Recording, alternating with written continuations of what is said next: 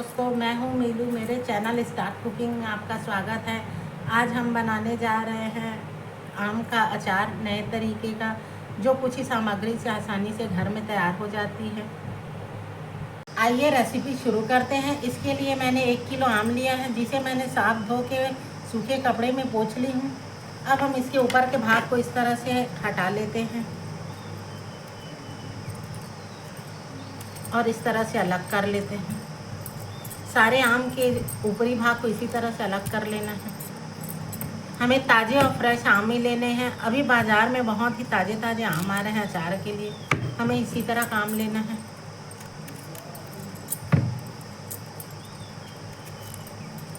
और हमें आम के छोटे छोटे टुकड़े कर लेना है। इसके छिलके वाले भाग को निकालना नहीं है।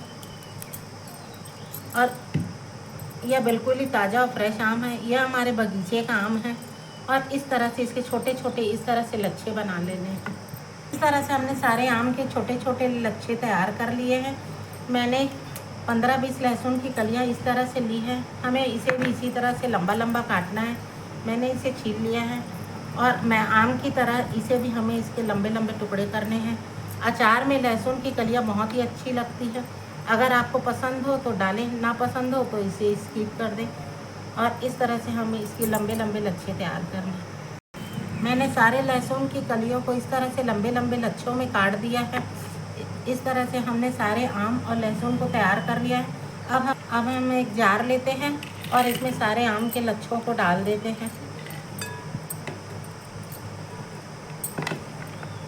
अब लहसुन की सारी कलियों को हम इसी में मिला देते हैं।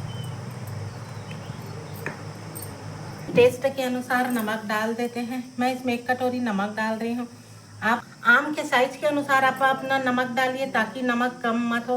अचार में थोड़ा तेज नमक रहता है, तभी बढ़िया रहता है। और यहीं पे मैं आधी कटोरी हल्दी मिला रही हूँ। हल्दी भी अचार को सुरक्षित रखने का कार्य करती है। यहीं पे मैं आधी कटोरी 2 चम्मच के करीब कश्मीरी लाल मिर्च डाल रही हूँ। यह तीखी नहीं होती है, यह थोड़ा कम तीखा होता है। और यहाँ पे मैं अपना रेगुलर मिर्च डाल रही हूँ, जो घर में यूज़ करते हैं। हमारे यहाँ थोड़ा तीखा अच्छा पसंद किया जाता है, इसलिए मैं थोड़ा तेज मिर्ची डाल रही हूँ।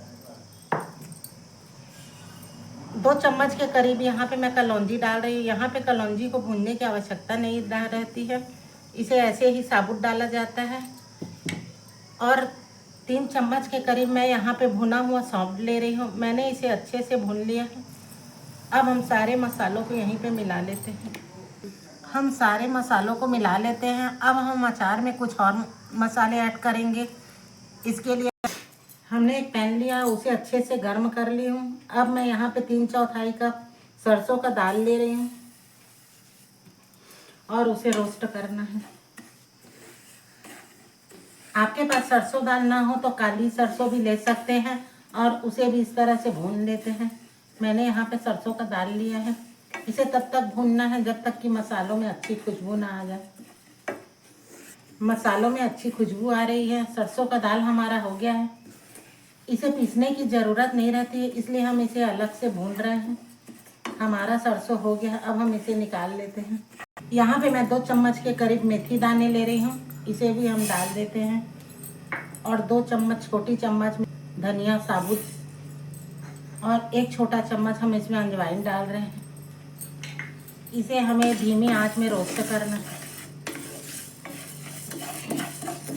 इसे हमें ज़्यादा नहीं भूनना है, बस 2 मिनट भूनना है। अब मसालों में अच्छी खुशबू आ रही है। अब हम इसे दूसरे बर्तन में निकाल लेते हैं और मसाले को पीस लेते हैं। अब हम एक तड़का पैन में सरसों का तेल लेते हैं और उसे अच्छे से गर्म कर लेते हैं। हमारा सरसों का तेल अच्छे से गर्म हो गया है, इसमें धुआं निकल रहा है। अब हम गैस के फ्लेम को बंद कर देते हैं और इसे थोड़ा ठंडा होने देते हैं। अब हमारा जो सरसों दाल है उसे भी इस मसाले में डाल लेते हैं।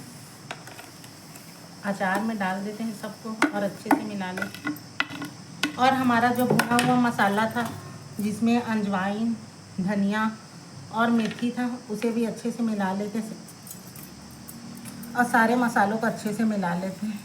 यहीं पे हमारा सरसों का तेल अच्छे से गर्म हो गया है। उसमें हम 1 चम्मच के करीब हींग कर लेते हैं। तेल हमारा थोड़ा ठंडा हो गया है, ज़्यादा ही गर्म नहीं है। अब हम इसे मसालों में मिला लेते हैं।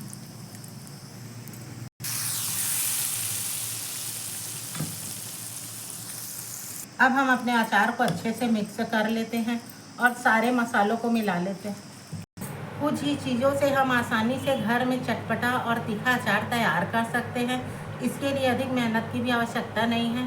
मार्केट में जो अचार मिलते हैं वो बहुत ही महंगे रहते हैं। कुछ ही सामान से हम घर में आसानी से अचार तैयार कर सकते हैं या इस अचार को हम सालों साल सुरक्षित रख सकते हैं। अगर आपको इसे लंबे समय तक सुरक्षित रखना है तो इसमें आप 2 चम्मच के करीब विनेगर भी डाल सकते हैं। लेकिन अचार को तुरंत ना खाएं, उसे 1 सप्ताह तक किसी पैक डिब्बे में या कांच की बरनी में सुरक्षित भर दें, उसके बाद ही अचार को खाएं। अगर आपको अचार से संबंधित और जानकारी चाहिए और तरह तरह के अचार की रेसिपी जाननी है तो मुझे प्लीज़ कमेंट ज़रूर करें। अगर आपको मेरा वीडियो पसंद आता है तो लाइक, शेयर और सब्सक्राइब करना ना भूलें।